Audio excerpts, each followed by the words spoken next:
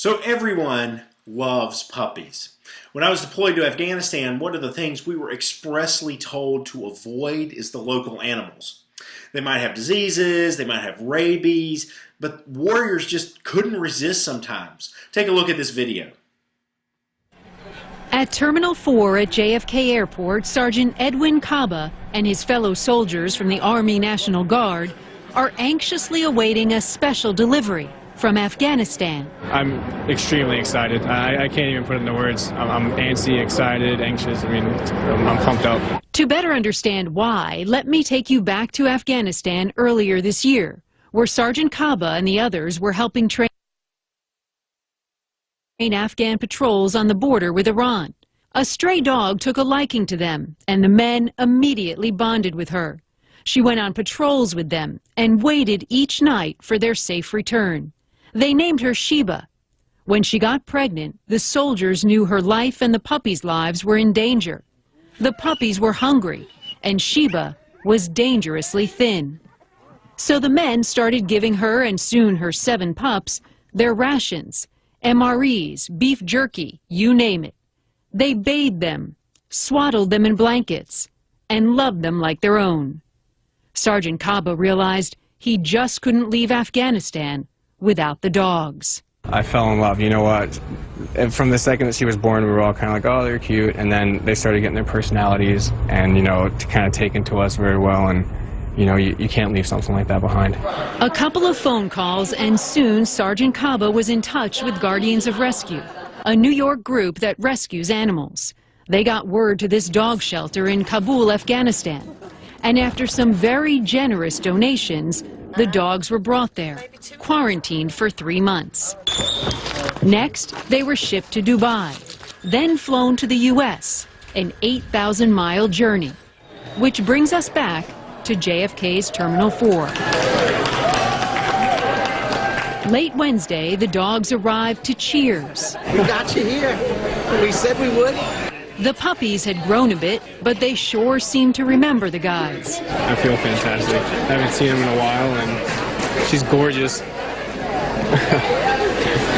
I can't believe it that they're here. They were checked out at a local shelter where they got some strange stares from others wondering where they came from. There was also a group photo. Oh, somebody. Well, sort of. All the excitement was a bit too much for Sheba, the puppy's mother. But her babies, now 5.5 months, were thrilled. Does she know any tricks yet? She doesn't know that she's doing it, but she does shake hands. Back home in Long Beach, New York, Sergeant Kaba's puppy Cadence seems right at home after her first night. How'd she do overnight? She did well. She's a howler, so that was something we weren't expecting. During our interview, she was easily distracted by all the new sights and sounds. You think she's still in Afghanistan, obviously. For Sergeant Kaba and the rest of his unit, these dogs managed to give them a bit of normalcy, far from home. She just offered so much companionship, just to see someone excited to see me when we would walk back in, her little butt shaking and her tongue out, and it was fantastic. It was. It means the world. She made things so much easier. Come on, girl. Randy Kay, CNN, Long Beach, New York. Doesn't that make you just tear up? You see, it's nearly impossible to resist an animal in need, and definitely impossible to resist puppies. Now today we're going to see Jesus do 2 main miracles with people that others might not take a second look at. Jesus' actions are so amazing that people call them wonderful. We're in week 32 of Jesus' ministry, so let's take a look. Today we're in Matthew chapter 15, verses 22 to 31, and Mark chapter 7, verses 24b through 37. And it goes like this. He didn't want anyone to know which house he was staying in, but he couldn't keep it a secret. Right away, a woman who had heard about him came and fell at his feet. Her little girl was possessed by an evil spirit, and she begged him to cast out the demon from her daughter. Have mercy on me, O Lord, Son of David, for my daughter is possessed by a demon that torments her severely. But Jesus gave her no reply, not even a word. Then his disciples urged him to send her away. Tell her to go away, they said. She is bothering us with all her begging. Since she was a Gentile born in Syrian Phoenicia, Jesus told her, "I was sent only to help God's lost sheep, the people of Israel." But she came and worshipped him, pleading again, "Lord, help me." Jesus responded, "It isn't right to take food from the children and throw it to the dogs." She replied, "That's true, Lord, but even the dogs under the table are allowed to eat the scraps from the children's plates." "Good answer," he said. "Dear woman, your faith is great. Your request is granted. Now go home, for the demon has left your daughter." And her daughter was instantly healed. When she arrived home, she found her little girl lying quietly in bed, and the demon was gone. Jesus left Tyre and went up to Sidon before going back to the Sea of Galilee in the region of the 10 towns. Jesus returned to the Sea of Galilee and climbed a hill and sat down. A vast crowd brought to him people who were lame, blind, crippled, and those who couldn't speak, and many others. They laid them before Jesus, and he healed them all. The crowd was amazed. Those who hadn't been able to speak were talking, the crippled were made well, and the lame were walking, and the blind could see again. A deaf man with a speech impediment was brought to him, and the people begged Jesus to lay his hands on the man to heal him. Jesus led him away from the crowd so they could be alone. He put his fingers in the man's ears. Then, spitting on his own fingers, he touched the man's tongue. Looking up to heaven, he sighed and said, "Ephphatha," whatever, which means, "be opened." Instantly, the man could hear perfectly, and his tongue was freed so he could speak plainly.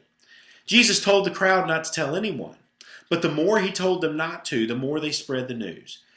They were completely amazed and said again and again, "Everything he does is wonderful. He even makes the deaf to hear and gives speech to those who cannot speak." And they praised the God of Israel. So let's talk about mercy. As we begin this event, Jesus is trying to get away. He needs a break, so he doesn't want everyone to know where he is. Unfortunately, this isn't to be. And I only mention this because this seems to be the situation with so many people who serve Jesus. We try to get away, but needs never end, and our calling just doesn't get a vacation. And Jesus understands this. This woman approaches Jesus on behalf of her daughter. Imagine her emotions, her desperation. Now, we're going to find out in a minute that she's a pagan. It's more than likely that she had been to the priest of her religion and had tried every doctor. She might have even bankrupted herself seeking treatment, like another woman who approached Jesus. But she could only watch in horror as her daughter was tormented by this demon.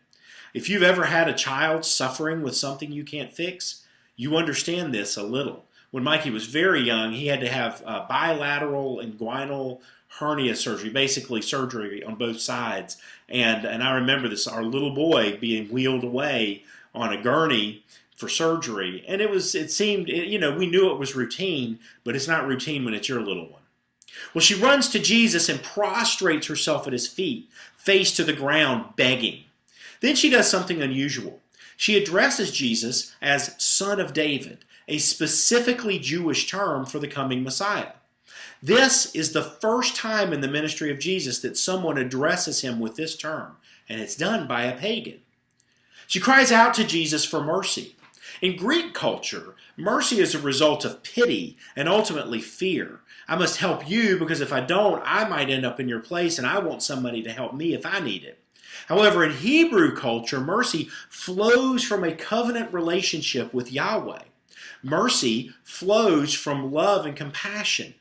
We don't show mercy because we feel sorry. God doesn't show mercy because he feels sorry for us. He shows mercy because he loves us. Although this woman is a pagan, she recognizes who Jesus is and calls on his mercy as the Messiah. But then there's condemnation. The disciples' response seems callous, but it's actually very typical of that time. It doesn't make it right, but they were just expressing what everyone believed in that area. So why did they react this way? Well, she was a woman. For a woman to approach a man was unheard of. For her to speak to him was even more unheard of. It shows her desperation. She was a Gentile. Not only was she a woman, she wasn't even a Jewish woman. For a female Gentile to approach a rabbi was shocking. And she wasn't just any Gentile. The Bible says in the original language that she was a Canaanite. She was descended from the people who had been driven out by Israel thousands of years previously. She didn't belong to any of the people in the region. She was displaced, unwanted, and unloved. And she was annoying. The passage says she cried out. The word in Greek, Kraug is an onomatopoeia. It's a word that sounds like what it's describing. When you say this word loudly, it sounds like a crow calling, Krog! This woman's calling was annoying to the disciples. They just wanted her to shut up. But she was desperate. She knew that no one else would care about her, but she was willing to cry out to Jesus. It actually even seems like Jesus condemns her. At first, he just ignores her, and then he calls her a dog. I mean, we read this passage and think, wow, Jesus, so mean. But of course, Jesus isn't being mean. Let's talk about faith. As always, Jesus is being a rabbi, trying to teach his disciples something. In this case, Jesus is looking toward his greater plan to invite Gentiles into the kingdom of God. He's not wrong in that his primary mission is to bring the kingdom first to God's chosen people. But it was always God's plan all the way back to the Exodus, all the way back to Moses, to bring all people to himself through Israel. So when she continues to beg Jesus, he says that it's not proper to take the food reserved for the children and give them to dogs. Now, when we hear that, we think of a filthy stray, a mongrel, a cur. We conjure an image of some unwanted mutt. But the word Jesus uses here is the word for puppy. Everyone loves a puppy.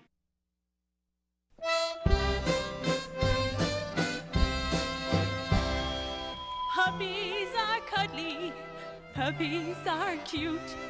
They're never nasty or mean. I give a home to all the lost puppies. If ever one day I will quit.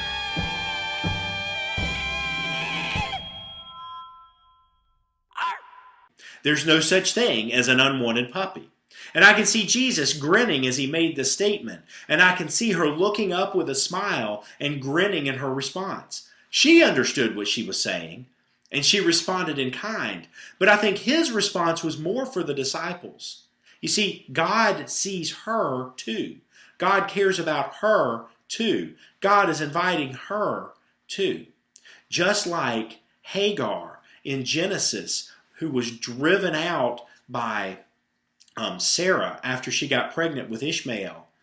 And then God appeared to her and told her to return, and she called him the God who sees me. God also saw this pagan woman. So Jesus heals this little girl because of the faith of an unwanted outcast. Great humility, great persistence, great faith, and great mercy resulted in a great miracle. And then we have freedom. Jesus then heads back to the Decapolis for more ministry. I talked a couple of weeks ago, about how the ministry of one guy led all these people, and there are even more people are coming now. And while he's there, a deaf man is brought to him. He wasn't mute, but clearly his speech was affected.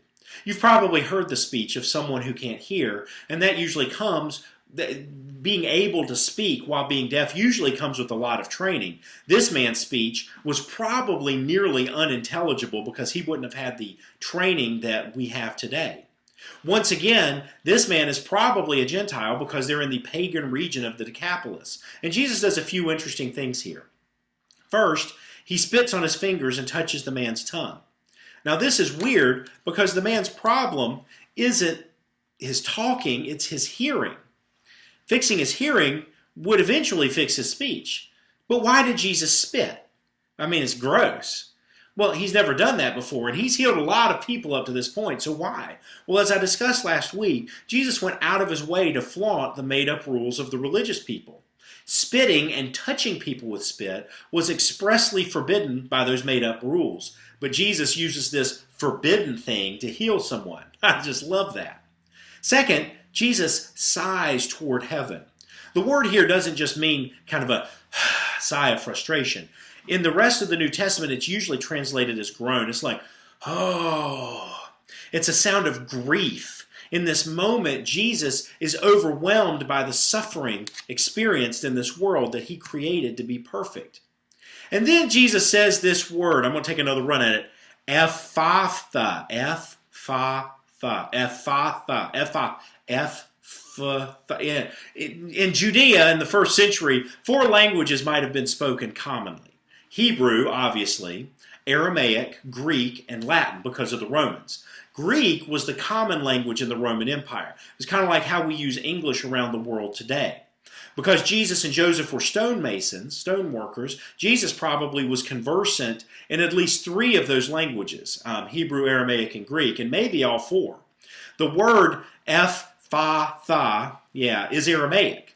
And the reason Mark points out this word in particular and translates it for us is because Jesus would have commonly taught in Hebrew, which was the religious language of the Jews. Jesus uses Aramaic here because it's likely to be the language of the guy he was healing. It must have been amazing for this man to be spoken to in his own tongue. But here's what's amusing though. Jesus uses a word that would be nearly impossible for this man to speak. It's like people with a lisp. Who was the horrible person that named that speech impediment using a word with S in it, lisp?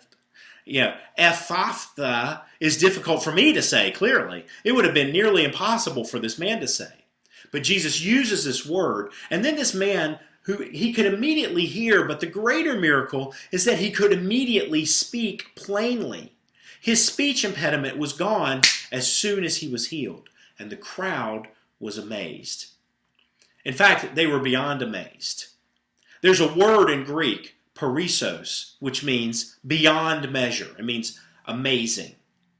The word here used is hyperperissos. This is the only time it's used in the entire Bible. It's as if Mark made up a word in order to describe this amazing amazingness. If perissos means I'm shocked, then hyperperissos means I'm bowled over, I'm laid on the floor, I'm so amazed. I'm stunned into silence. These Gentiles haven't seen anything like this before and can't believe what God is doing among them. Jesus tries to keep them from sharing the news, but that just drives them to share even more. Everything he does is wonderful, they say. And the result is that they praise Yahweh, maybe for the first time. Now there's a few takeaways here that I want to look at. The first is about attitude. The woman came to Jesus begging, expecting nothing, but hoping beyond hope that he would answer her heart's cry. How often do we come to God with an attitude of entitlement? God owes us something, like some cosmic Santa. I've been good, I'm on the nice list, and I deserve to have my request answered. Does God really owe us anything? No. He doesn't even owe us salvation, but in his mercy, he gives it to us as a gift. On top of that, God has blessed us in so many other ways. And yet sometimes we're like that spoiled child who didn't get exactly what he wanted for Christmas and throws a temper tantrum. We need to consider our attitude and come to God saying, this is my request. You don't owe me anything, and in fact, have given me far more than I deserve. I will be grateful no matter what. God can do miracles with that attitude. Second, how do we see people who are outside?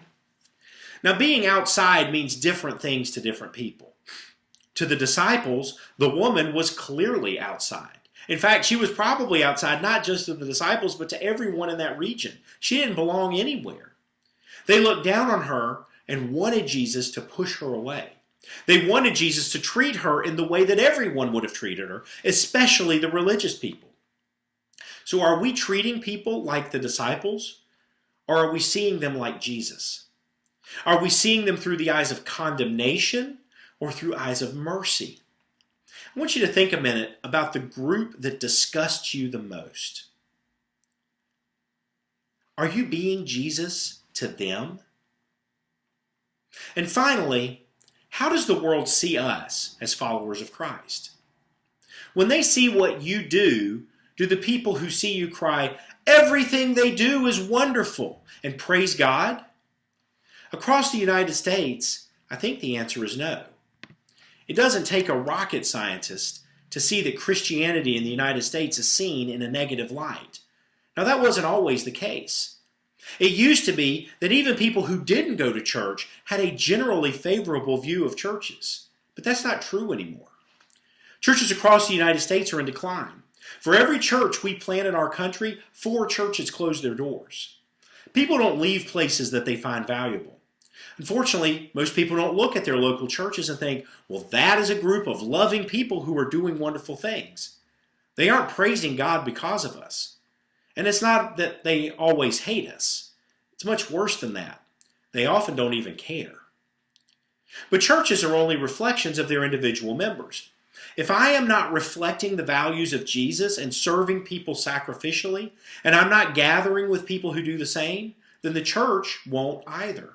Because the church is just the people. So how do we change that? Well, the great thing is we have a great set of instructions and a great model for how to do it. First, we need to confront religion that destroys and replace it with relationships that heal. You see this over and over and over in the ministry of Jesus. He confronted the man-made rules of the religious people, and through his actions, he was drawing people into a relationship with Yahweh. Churches need to be seen as places of healing, not places of condemnation. Excuse me. And we need to focus less on theology and more on practice. Theology is great, but if you only know the right things without doing the right things, then you're lost. So many churches only focus on the knowing. As we saw today, Jesus focused on the doing. Our theology should influence our practice and not be an end in itself. Jesus' command to us was to let our lights shine before all people that they could see what we do and praise our Father. So let's be like Jesus, loving the outcast and bringing healing to a sick world. Because when we do that, people will see how wonderful Jesus is and come join us in following him. So let's go be warriors for Christ this week. God bless you. Have a great week.